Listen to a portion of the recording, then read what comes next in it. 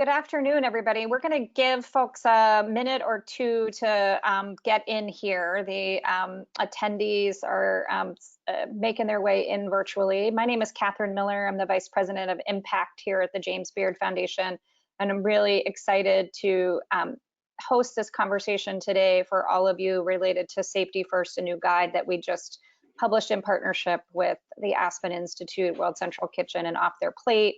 But we're going to give it probably like 1 or 2 more minutes before we get started. You can see all our lovely panelists up on the screen, just to give a few more people the opportunity to come in. Thanks. If you want to move to the panelist slide just while we're sitting here.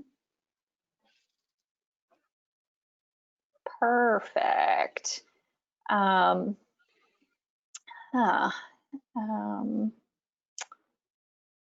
Okay, sure. Just in the interest of time, we're going to get started. Again, my name is Katherine Miller. I'm the Vice President of Impact here at the James Beard Foundation. Welcome to one of the series of industry education webinars that we've been doing since the start of the COVID-19 pandemic.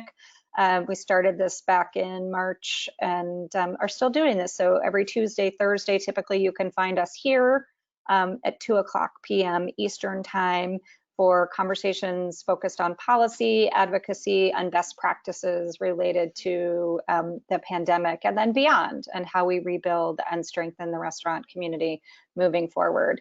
I'm pleased today to just introduce you all to Corby Kummer of the Aspen Institute, James Beard Award-winning journalist, partner, writer. There's his lovely slide. And I'll turn it over to him, but we're just very excited to bring this conversation. Probably the #1 topic that we were asked about as the pandemic took hold was, how do we keep our staffs and our staffs, employees, and our customers safe, both during this time and as we reopen. And as we have sort of inconsistent guidance from across the country, we felt it was really important to partner with such leading organizations as Off Their Plate, World Central Kitchen, and the Aspen Institute to bring the chef community the best, most timely information that we could. So I'm really excited to host this conversation today, and I'm going to turn it over to Corby to introduce our panelists and get the conversation started. Thank you so much. Thank you, Katherine. It has been a joy to collaborate, and our ongoing collaboration will be an ongoing joy. I'm Corby Kummer, and as I was writing a story for The Atlantic about restaurants reopening, I was fortunate enough to meet Tracy Chang and Natalie Guo from Off Their Plate and hear about the kind of genuinely heroic efforts they were making to feed the front lines. Rehiring workers, providing meals to healthcare workers. Who would come to mind when you're thinking of national heroes? Why, World Central Kitchen, of course. And so, and who is helping restaurants reopen, negotiate the waters of governmental loans or lack of them, and understanding how to reopen? The James Beard Foundation. So I was hugely fortunate to have them as working partners, and most fortunate to have Sam Dooley, whom you see in glasses on the slide and in both glasses and in person in our webinar today. So I'd like to start by asking Anna Bornstein to talk about how their guidelines came together and say a bit about Safety First, the set of operating procedures that the Aspen Institute released in this wonderful partnership with Anna Bornstein, World Central Kitchen, Tracy Chang, Off Their Plate, and Katherine Miller at the James Beard Foundation, all aimed at worker safety in kitchens up until packing meals and delivering them to healthcare workers, the really brilliant focus of Off Their Plate and Tracy Chang. But Anna, you have international disaster relief. World Central Kitchen is always at the center of any kind of disaster, meeting the challenge. Can you tell us what it's been like in the pandemic and how you mobilized forces to help feed the front lines? Sure. Thank you so much for that introduction, and thank you for having us be a part of this webinar today.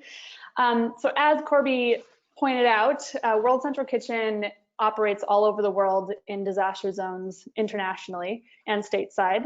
So we're sort of uniquely prepared for this pandemic. As unprecedented as it is, we do have a lot of experience adapting really quickly to provide nutritious meals and food to vulnerable populations in unpredictable environments. And that's what we've all found ourselves in these days, and food being one of the #1 priorities and resources to access. So in every one of our activations, our focus is always making good, nutritious, balanced meals and getting them safely into the hands of the folks that need it. Those are always our priorities. That's no different here. What we normally do is stand up our own kitchens in those disaster zones and prioritize safety in those areas. We've just adapted that model and started sharing it with restaurants in the US to be doing that cooking. And so when this all started just about 2 months ago, we sat down together and said we need to create guidelines for the folks that we're trying to lead through this and work with through the pandemic. We worked really closely with experts at GW, occupational health experts, sanitarians, obviously pulled from food safety guidelines and protocols that we all know already, and created a set of health and safety guidelines that were built on what we already know and then very specific to COVID-19. So we did that really early on and wanted to make sure that any operations anywhere we were following those protocols. Every single restaurant we've worked with across the country and are working with across the country has those protocols. We've also created Masky, which is our mascot for health and safety, trying to make it as accessible as possible to as many people as possible. And get that information out. So it's been a priority for us from the start. It always is. And we're happy to be working with just over 1,600 restaurants now in the States that are all following those guidelines. Thank you. Tracy, you and Natalie and your 3 collaborators are going to be telling us about one of the most inspirational stories I have come across in all of my hearing about how restaurants are standing back up and how they are mobilizing to help themselves and help others. So could you tell us how you got to be involved with Off Their Plate? Sure. Thank you, Corby. And thank you, Anna. So about 9 or 10 weeks ago, our restaurant, around March 15th, we decided to close the restaurant. And nearby in Cambridge, there was. But can I just interrupt to say it is a great restaurant. It's PAGU in Central Square, Cambridge, and the entire neighborhood loves and relies on it. Please go on. Thank you. Yeah, so with Biogen and a lot of the other kind of pharmaceutical companies, Cambridge was going through a really difficult time, and we decided that it was the wisest decision to close the restaurant and to figure out the best next steps. But there were very few guidelines at that time, and no real kind of how to operate safely and to safely be feeding other people.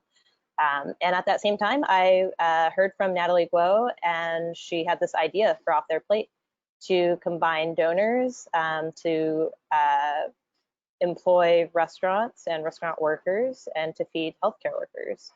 And it was a pretty kind of simple equation. And from my end, I knew that we could produce the food, but our goal was always to figure out how do we scale this project so that we are feeding more people in terms of, feeding more restaurants, more restaurant employees, more healthcare workers, and that we're doing all this safely.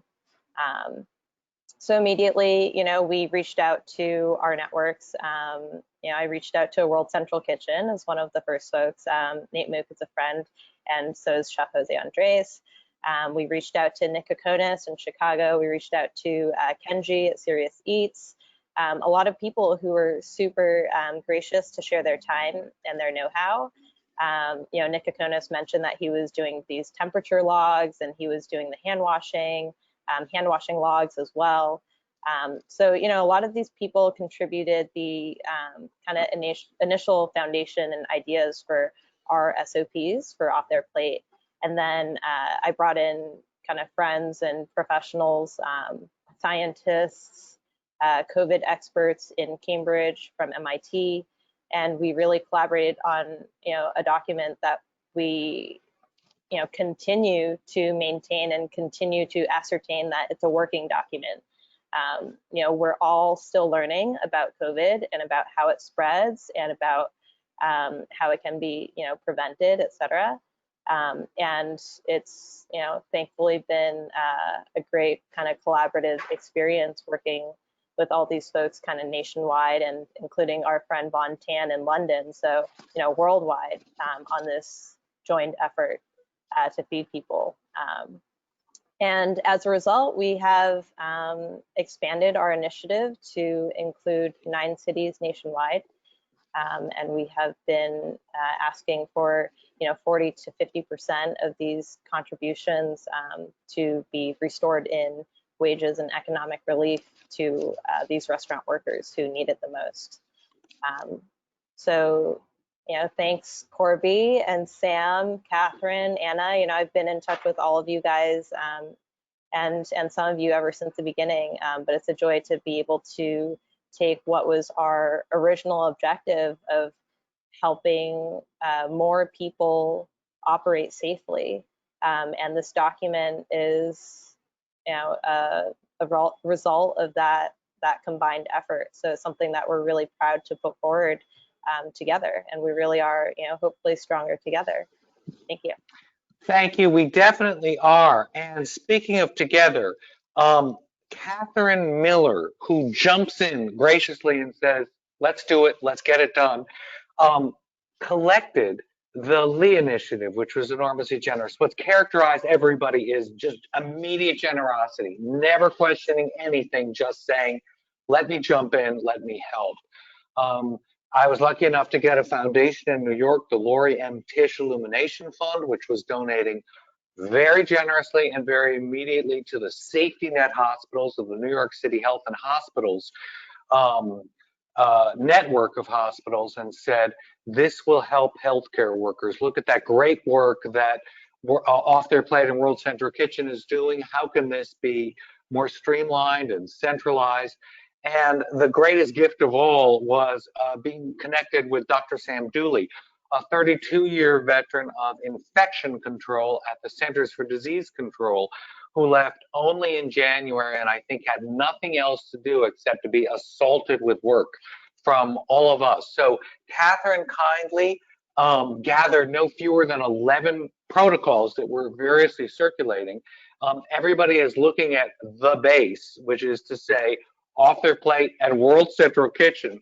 That was the real meat and nub of what we were able to gather, but with consultation of many big city health departments and restaurant owners, Sam collected everything. And I'd like to ask you, Sam, first, can we have the slide of the 13, the baker's dozen? Because this is this functions as our executive summary of rules throughout what's quite a long document. And in that long document, we've tried to make it very easily, accessibly, punctually laid out. We have a Spanish translation that's being designed as we speak. Tracy's helping vet it because there's nothing Tracy doesn't know, and she's fluent in Spanish and Mandarin. We're going to have a Mandarin translation as well, but the idea is widely accessible. Everyone who is operating or working in a kitchen should be able to use these and learn from them. But Sam, could you talk about some of the main rules that you thought you had to extract? And then what I think is fascinating, which is your constant emphasis on the 4 principles of infection control. Sam. Thanks, Corby. And I'm going to be speaking on my phone here because I'm in a room that echoes a lot, and I'm trying to minimize that. So actually, I think I'd start by saying how thankful I am to have been included in this project. I think it's a really important thing to do. I think that Tracy and Anna and Katherine had all already done a lot of work, and I just tried to build off what they had already done. So it's really been a pleasure to be involved with all of these folks, and you too, Corby. I think I want to start by emphasizing the last thing you said, which is the hierarchy of controls in infection control, because I think it's a really useful framework for people to think about. And even if you don't have a huge amount of infection control expertise, if you just remember these 4 things, you can pretty much answer a lot of the questions you might have. So there are 4 levels to this hierarchy. The first is source control, and source control means identify the source of infection, eliminate it if you can, and if you can't eliminate it, then mitigate it as much as possible. So that would include things like try to screen people, workers in particular, screen for fever, symptoms, any sign that they might have COVID, and if they do, ask them not to come to work until they have been evaluated to either rule COVID out or until they're no longer contagious if they happen to have it. The second thing about source control is people who do not have any symptoms but are infected with COVID can still transmit. In fact, a lot of the infections we've seen now are coming from people who don't know that they're infected. They haven't developed symptoms yet. And so we have to account for that. And the way to do that is by using face coverings or face masks to prevent them from generating any infectious particles into the air. So that's source control. The bottom line is if you don't have a source of infection, you can't have any transmission of infection. So that's the most important thing to remember. The second level of controls is environmental and engineering controls. Has some relevance in restaurants, not as much as it might in some other sectors, but environmental controls are basically, keeping things really clean and disinfected, having barriers like a glass or plexiglass barrier between and on the dining room side between customers and staff at the greeting area. Ventilation, predominantly, I think in restaurants, not being sure you don't have air being recirculated in the facility unless it is filtered through a high efficiency particulate air filter. That would be the main thing. The third level is administrative controls, and that's basically rules of behavior. So wear a face covering, wash your hands, maintain physical distance. It's basically things you can do behaviorally to reduce risk of transmission. And then the last level is what everyone likes to talk about, which is personal protective equipment. And it's the last level because it depends a lot on people using it, knowing how to use it, knowing which types of equipment to use, when, how to put it on, how to take it off. So there's a lot of possibility of user error. So you really want to rely as little as possible on that. You really want to use those first 3 levels to try to reduce the risk as much as possible. And in the restaurant and kitchen setting, PPE technically don't play a major role. A face covering or like a dust mask type of mask that does not really count as PPE. They are used with COVID. They're predominantly used to keep people from generating infectious particles, not to protect the person who's wearing it. So technically, it's not PPE, but nevertheless, we talk about it with PPE. Obviously, gowns are not a big issue as they would be in hospital. Eye protection is not a big issue. And for COVID, gloves are really not an issue. You don't need gloves to prevent COVID transmission. You may need them for food handling reasons in some situations, but you don't need them for COVID. So that's really what you need to know about infection control, and that's really what we try to highlight throughout this document. Wonderful. A couple of things to pick up on, and I'll ask Anna and Tracy to add to them. Thank you, Sam. It was so important for me to hear the idea of the very first thing is source control. Source is a human being. That's your worker. Therefore, the very first section of this, after the baker's dozen, which are kind of the 13 commandments as we're thinking of them, but we're just saying 13 strong suggestions that will be helpful. They're up on the screen here, is to get rid of the source. So the first section of the Safety First guidelines are about what to do before a worker leaves home. And Tracy was super careful about how workers get to the workplace. I think, Tracy, you were personally picking people up in your car to keep them off public transport and to protect them. Sam has a checklist of things that every worker should do and say she or he has done before leaving home. Tracy, are you still driving people to work every day? Yes, we are still driving to work every day. None of our employees are taking public transportation at the moment. So that's one way of keeping them away from it, but also there's the whole idea of making sure there's a checklist. And let's have a little show and tell of our masks. So Anna, would you like to tell us about your face coverings?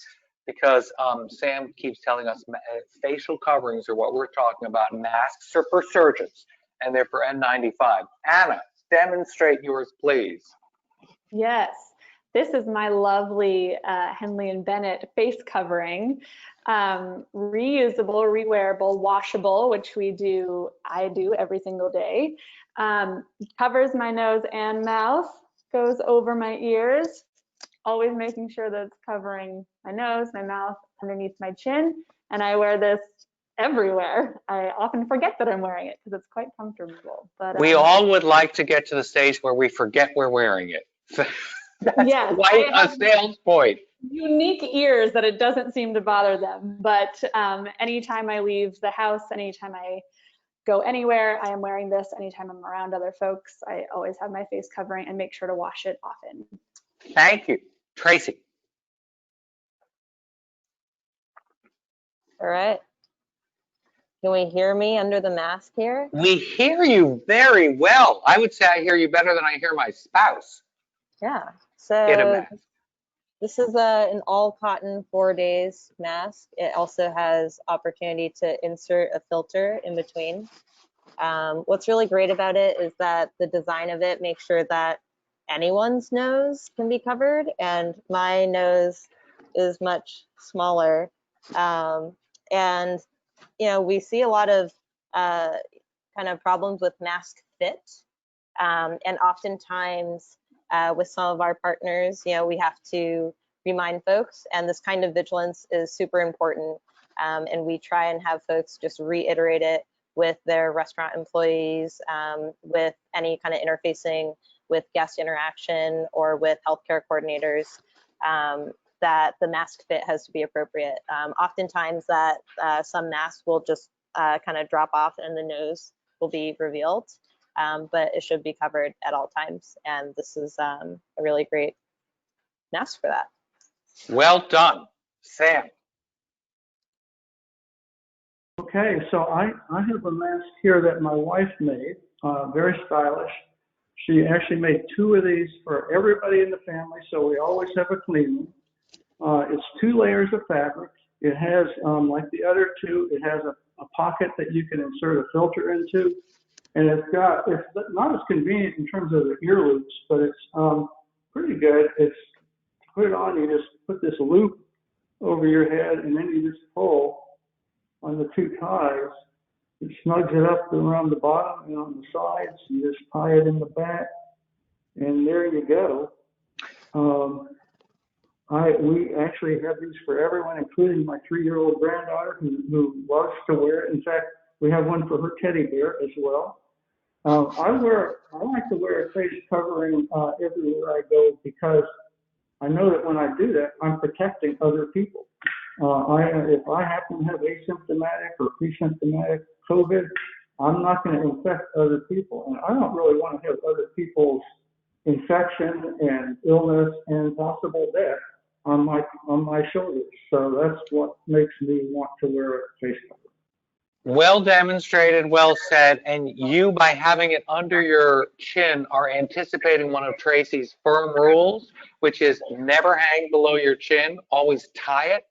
And you've tied it very cleverly. Katherine, I think you even have a mask yourself. I wish you would demonstrate it. Sure. I think masks are going to give us a new opportunity to have some fun as well. For restaurants, I think they're going to be the new matchbook, right? You're going to be able to have masks that have your restaurant on them or specialized bottles of hand sanitizer. And this one is from a company called Resistance by Design. It has adjustable ears for people like me with little ears. It covers my nose and my chin, as Anna and everybody has demonstrated. It also has a wonderful little adjustable nose thing for those of us that wear glasses. The way to stop our glasses from fogging up is the nose piece, and the ability to insert a coffee filter or other filter into the mask. But most importantly, I think masks are gonna, if you can use your mask to carry an important message, such as this one, vote, I think all the better. And like in New York, you know, they're currently running a PSA campaign for mask PSAs, face covering PSAs, and the leading contender right now is Not That Guy. To Sam's point, there's a video of a guy, the one guy standing on the subway platform without a mask or a face covering on, and so no one wants to be that guy.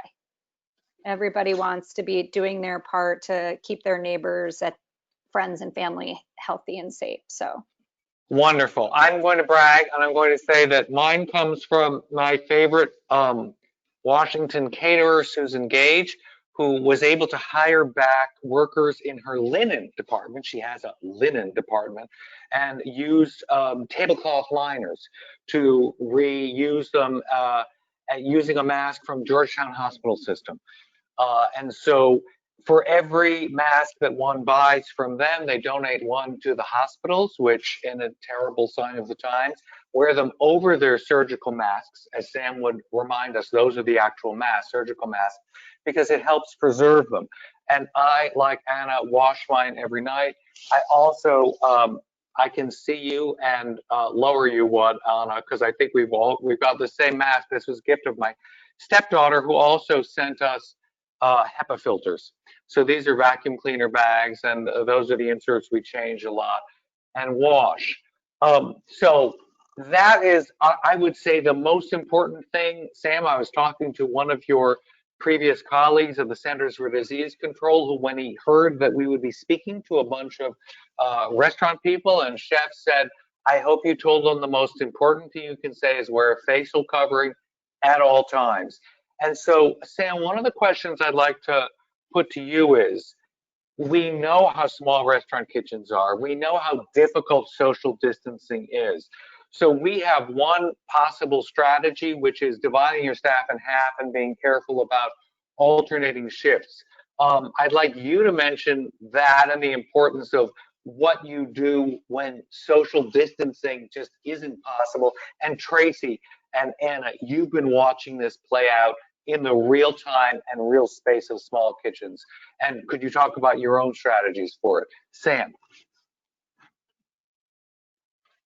I don't know how much I can add to what you already said, Corby. I think that the concept of splitting your staff into shifts, either alternate days or alternate shifts, will mean that if there is an exposure, only half your staff gets exposed and has to be potentially quarantined. The other half are home free in that instance. As far as what to do in close quarters, I think the main thing is wear your face covering. So if you happen to be infected, you're not going to infect anybody else. Be sure that you are using really good hand hygiene and keeping clean. I mean, those two things alone will make a big difference. If you're wearing a mask, physical distancing is still important, but it is less important. And I know that in a crowded kitchen, it's hard to always be 6 feet apart from everyone else. just try to keep as much distance as you can, and set your kitchen up to support that if you can. But wear your mask and use good hand hygiene. Great. And a related question, just before I move to Tracy and Anna, is don't put your phone away. Contact tracing. That gets into the idea of alternating shifts. Do you think that contact tracing is even going to likely to be happening? But because you spent a lot of your career in tuberculosis doing contact tracing, can you say something in the Safety First Guide about the importance of logs of people coming in and going out? Unmute. Can we unmute Sam? Oh, okay. Is that okay? Great. Yes. Yeah, I think that for workers, when workers arrive, having them sign in basically. Well, first you screen them for fever and symptoms and possible exposure. Then you sign them in and you sign them out too, so you know who has been there during what time. And then if an exposure does turn out to happen, you can very easily use that log to identify people who have been exposed, who need to be evaluated to see if they have any symptoms, be tested to see if they're infected, and either be isolated if they are infected or quarantined. Food service workers are actually in the category of critical workers or essential workers. So their quarantine requirements are less strict. They can continue working during their quarantine as long as they are on the watch for symptoms and as long as they're using their face covering and doing hand hygiene and physical distancing.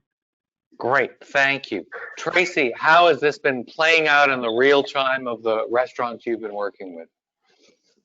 Yeah, so one of the things that we do in addition to sending out our SOPs to our partners of Off Their Plate is we do a virtual tour with them.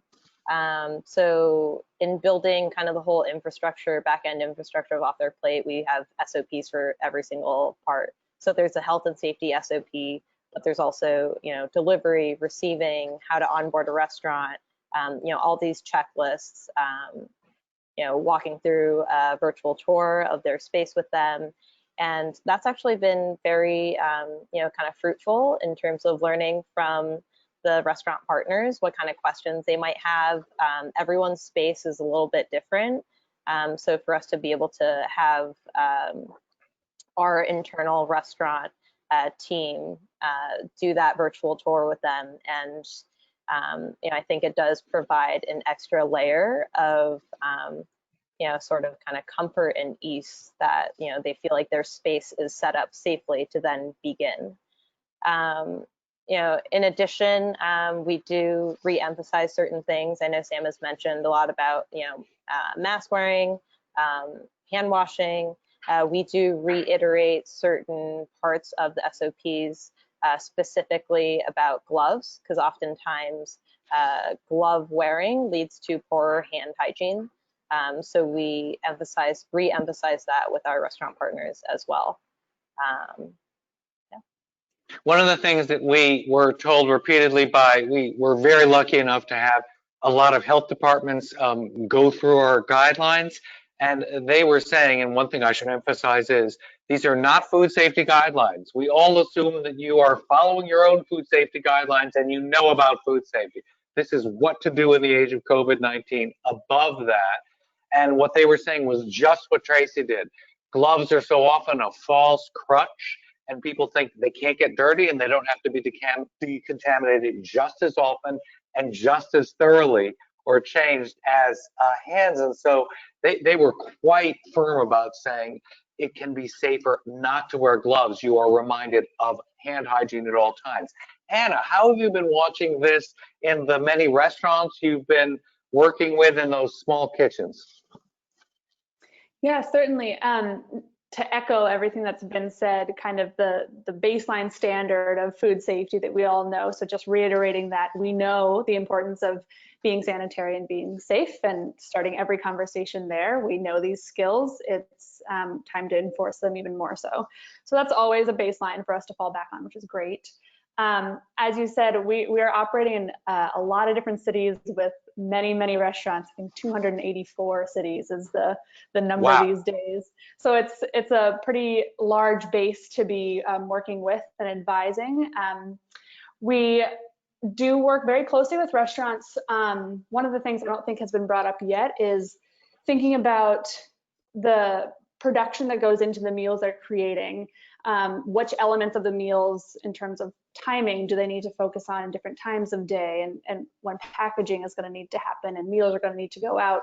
So thinking about how to structure the meal production so folks aren't needing to pass each other in the kitchen. Certain teams can be on certain elements of the meal. Once that's done, we can switch to a different aspect of the meal, and thinking through the timing of that. So we've been working with all of our restaurants on creating menus that are conducive to that kind of redesign, and ones that can be individually packaged, reheatable, also thinking about the safety on the other side of this for the folks that are receiving the meals, and wanting that whole process throughout to be safe and compliant with the COVID-19 guidelines. So we do a lot of that mentoring and advising with each of our restaurants, and also how to, in that same vein, how to think about the whole space that you have in your location, in your restaurant. It's not necessarily just the kitchen that is open to you if we're not open for business, right? So how can you think about safely converting your dining area into a packaging space or an area for production in different ways? So really encouraging restaurants to be creative with safety at the forefront of that thought process, and helping them kind of pivot their model to producing food safely. Tracy and Off Their Plate have been thank you, really careful and explicit about that, because their model is about feeding the front lines. So that's been so important in what they've done.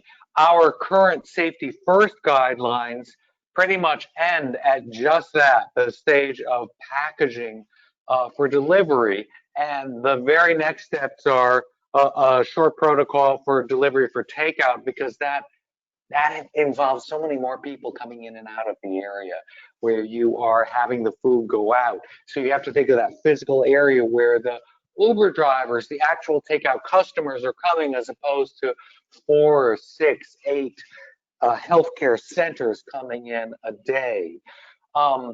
I'd like to move to questions, because the questions are mostly about actual reopening.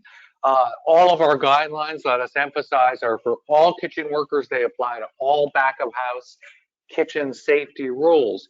But Sam, you were saying, and one thing to emphasize is every manager should think about which areas can be designated for entry areas where people sign in, they have the log, and then can we just say a quick word about laundry and clothes, and whether you expect people to come in and clean clothes every day? Do you want to try to do their laundry? With various health departments, we had different discussions about this. Sam, remind us where we landed on that, and then I'll ask Tracy and Anna. Yeah, I think where we landed was that in general, just most food safety guidelines and regulations require people to wear clean clothes at work, and so we recommend have travel clothes. You come to work in your travel clothes. You keep them, clean, but you really focus on the work clothes. You change into those when you get to the work site after you've been screened through entry, and then that's what you wear through the day. They need to be kept clean and laundered. We encourage restaurants that use a laundry service to offer to clean their employees' work clothes as well for them, and I think that's pretty much where we came down. It is. You do your own laundry, but luckily, if the restaurant offers it, be careful about it. Tracy. Yep. So even before COVID, we've always had a rule in-house that everyone has to change from traveler's clothing into work clothing and work. At PAGU. Yep. So work clothing and work footwear, and that means that the footwear and the clothing have to be properly maintained, cleaned at all times. and that way that their footwear isn't actually leaving the restaurant. So this kind of reminds me of growing up and having kind of like indoor slippers in my family. And so, those slippers, never go outside. And so you're not tracking in anything from outside, similar to, here in the restaurant. And then with the masks, we ask that all the masks be washed at least every day. So everyone is given multiple sets of masks. And actually, we've moved all of our linen services to be internal. So I take the linens home and do the linens. So.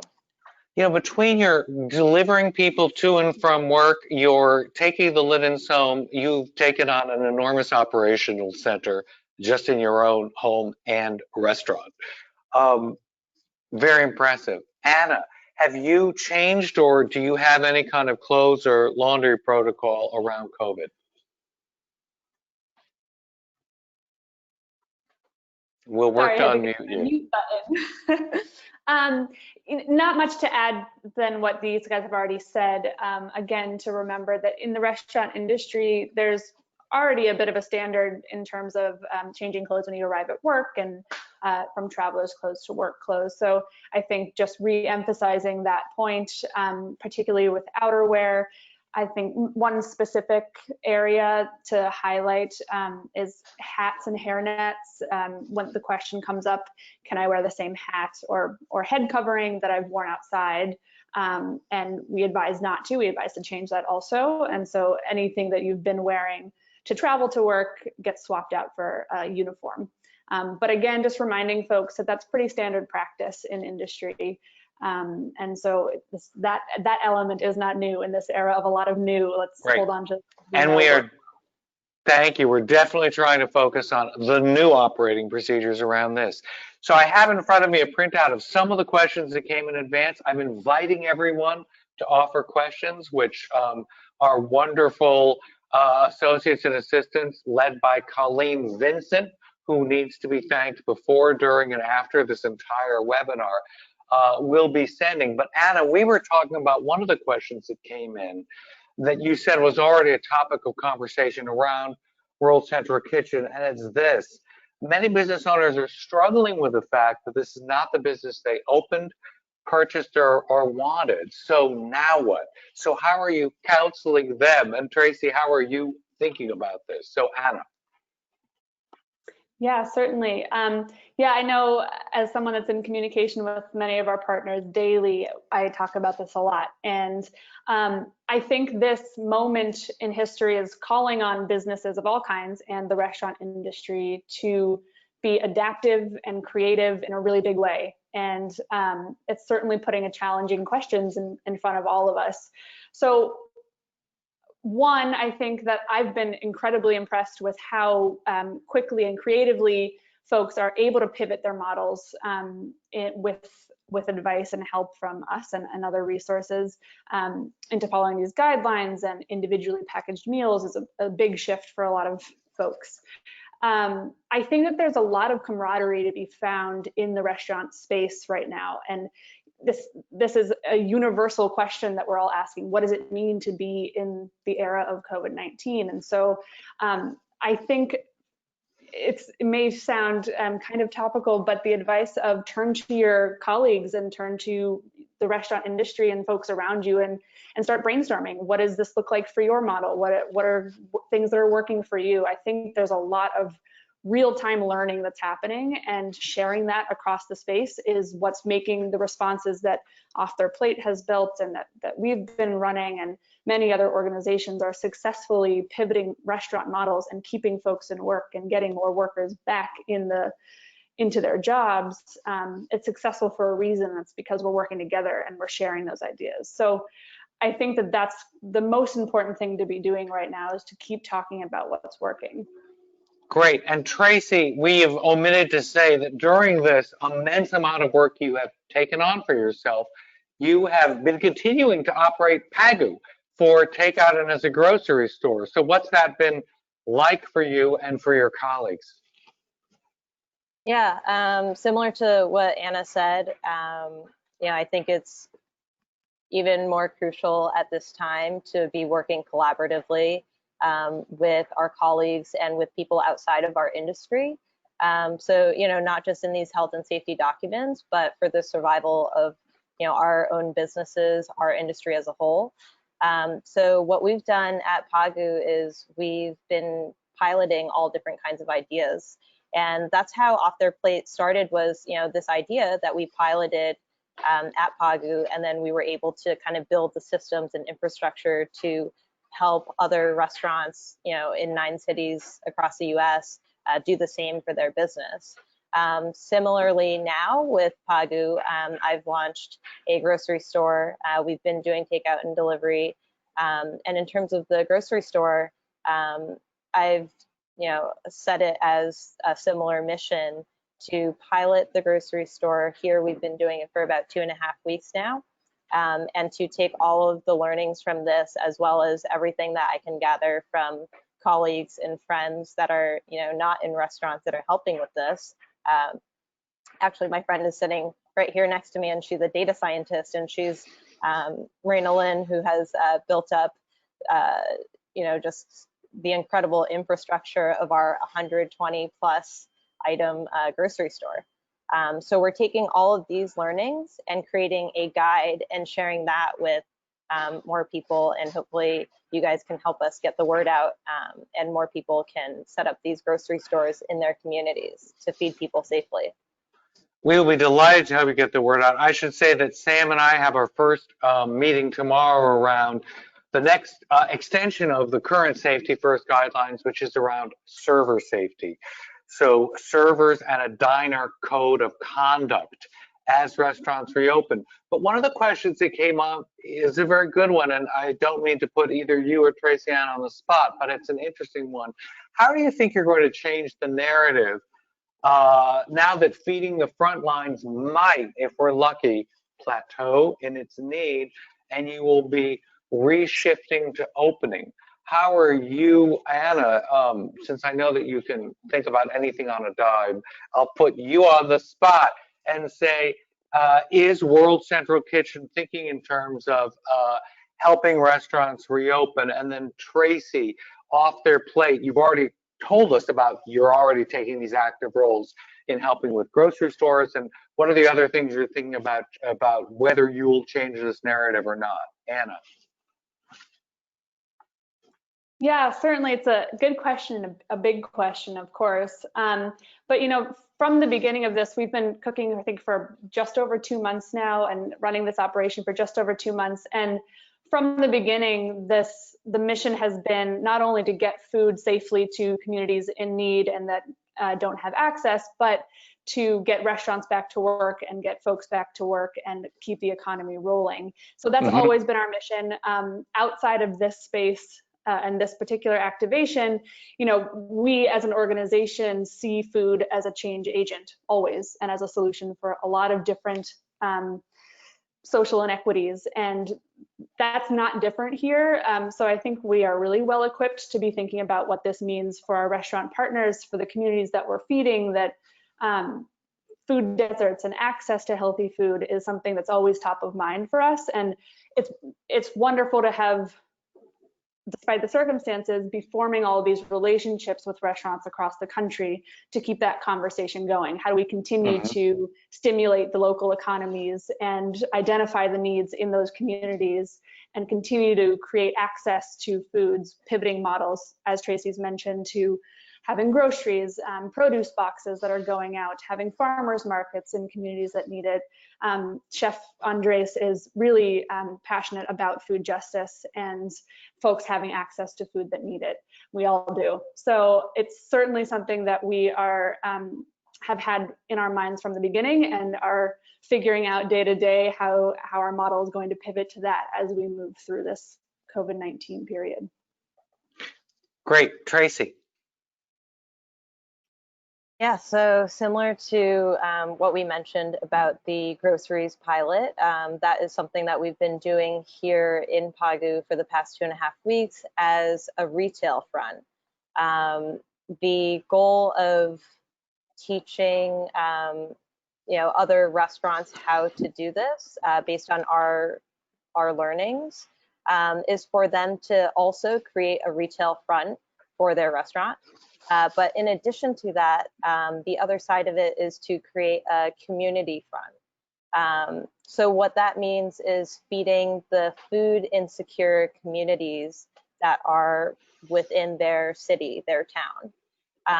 What we are doing this weekend, actually this Sunday, Monday, is we will be feeding 161 food insecure families in Somerville, which is right next to Cambridge. And these are families of essential workers. And they are part of labor unions. You know, these are folks that are from Harvard Dining Services. These are folks that are just down the street from us, right? And, you know, as I've been driving each day to pick up my employees to come to work, you know, they live in Everett, Chelsea, East Boston, Revere. These are where a lot of the essential workers are. These are and they've been hard hit, especially Chelsea. Yes, these are the hardest hit neighborhoods in Massachusetts. They are low income, high COVID areas because they are the neighborhoods of the essential workers. And these essential workers have been furloughed and they are becoming food insecure. And so they need our help now. And so in addition to running the retail front, we'll be running this community front and be feeding their families. So we are employing our workers to feed their families, their neighbors, who are also our families and our neighbors. So this model is intended for other restaurants in other communities around the US to be able to do that same thing. That is, of course, inspirational and leads to one of the questions here. Anna and then Tracy, they're different questions, but about resources. Anna, how can restaurants partner with World Central Kitchen? Tracy, how can restaurants partner with Off Their Plate? And then, where did you get your beautiful masks? We had questions. Could you tell us where to get those masks? Sam and I are hurt beyond words that nobody's asking where to get our masks. So Anna, how to partner, where to get those masks? Sure. If you go to our website, wck.org, Chefs for America is the movement that we've created, and there's a restaurant interest form there. So any interested restaurants can fill out that form so we can get to know better what your circumstances, what your focus is, and our regional lead will be in touch about opportunities. My mask is a Henley and Bennett created mask, very fancy.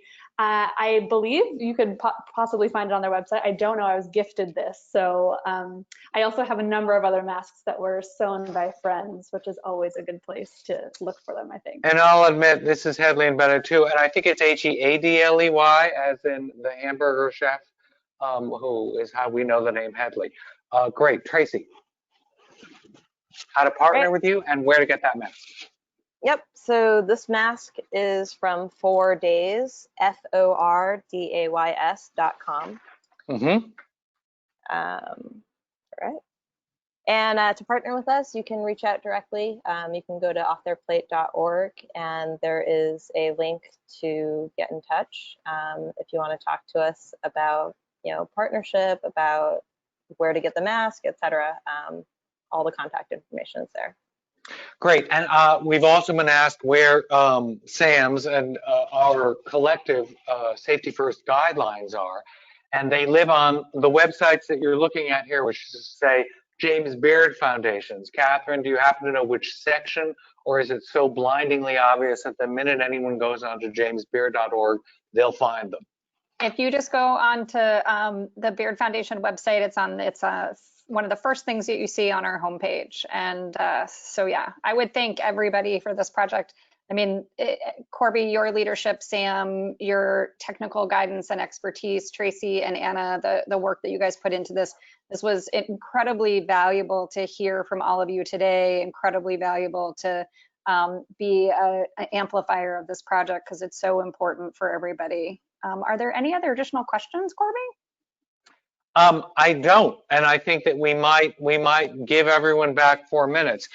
Just the additional thanks. The hope that everyone will download these beautifully designed safety first guidelines. They live on the World Central Kitchen site. They live definitely on Aspen Institute's Food and Society site. On our site, at least, they're downloadable in little chunks. So what to do in the food prep area, what to do when workers come in. Wonderful appendixes that Sam was incredibly great about, facial coverings, contact tracing, here's what you do when you come in, and all sorts of protocols about if somebody falls ill on a shift, if somebody has symptoms but hasn't tested positive for COVID-19, all these kind of where rubber hits the road questions that we haven't seen answered. They're all here, and they're all available to everybody, and they wouldn't be here without the collaboration of everybody on this webinar. And huge thanks to Katherine and Colleen Vincent for getting us all here together. No, absolutely. Thank you, Corby and the Aspen Institute. Thanks to the Tisch Foundation, the Illumination Fund, who made this possible with their donation. Tracy, to you and your collaborators for all the great work from Off Their Plate, Anna and the leadership at World Central Kitchen. It's amazing, Sam, and again, your technical expertise. As Corby mentioned, you can find the information around the guide at all of our websites, but at jamesbeard.org, it's right there on the homepage. This is a part of a series we offer every Tuesday and Thursday at 2 p.m. for industry webinars. All the recording of this program will be sent to all of the attendees here if you want to listen to it again, but it'll also be up on our website and we'll distribute it to all of those who were unable to join us today. But on behalf of the James Beard Foundation, thank you for your collaboration, your partnership, and helping us all build back better and make sure that restaurants and all of our workers and our customers are as safe as we can be at this time. Thank you all very, very much. Thank you. Thank you, Katherine. Thanks. Thank you, Corby. Sam. Everybody wave.